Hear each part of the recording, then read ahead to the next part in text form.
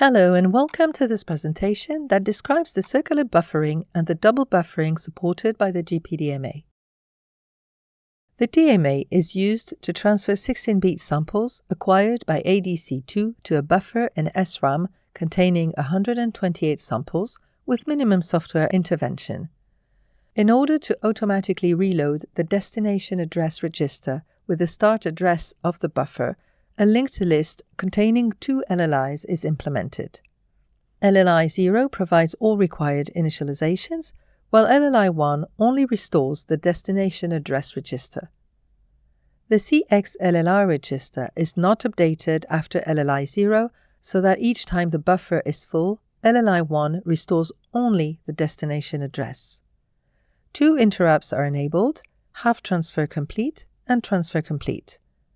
Let us describe the initializations that apply to GPDMA. In the CXCR register, interrupts are enabled and the channel is activated. In the CXTR1 register, the addressing modes are selected, fixed for the source address and incremented for the destination address.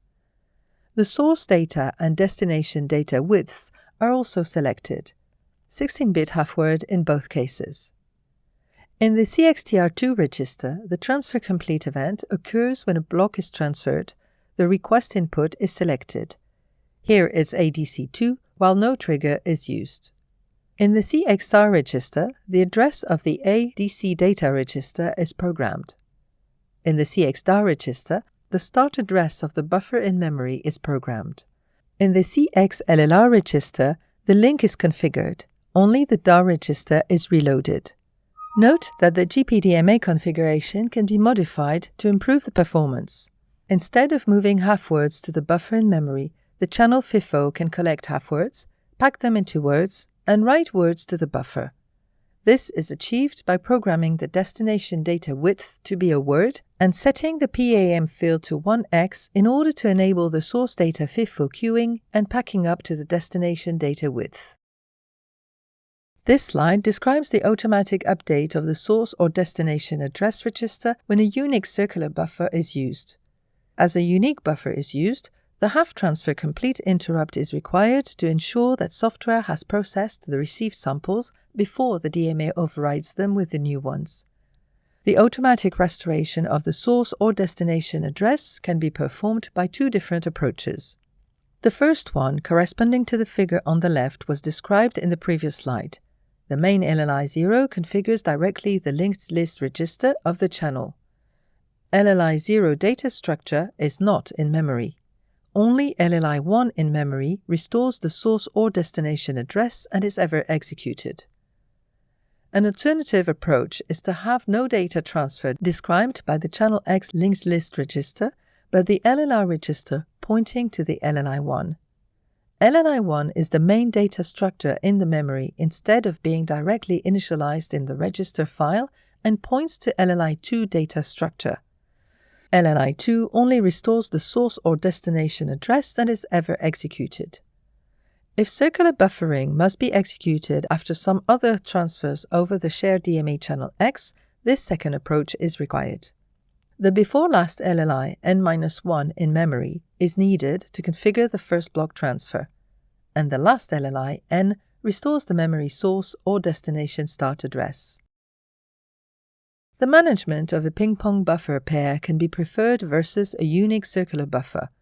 The figure on the left describes the implementation without any first data transfer via the register file and only a link transfer of the loading of the LLI ping data structure.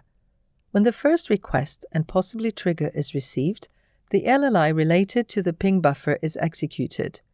Once this buffer is full, the transfer complete interrupt is generated to inform the software that the ping buffer contains data ready to be processed. The link transfer for loading the LLI related to the PONG buffer also occurs when the ping buffer is full. Once this PONG buffer is fully executed, the transfer complete interrupt informs the software that the PONG buffer contains data ready to be processed. The link to the LLI related to the ping buffer also occurs when the PONG buffer is full. Then the same sequence repeats. The figure on the right describes a sequence in which LLI0 configures directly the DMA to execute the ping buffer and afterload the LLI PONG buffer from memory. With the double buffer management case, when the PONG buffer is full, a second LLI in memory is needed anyway to describe the ping transfer.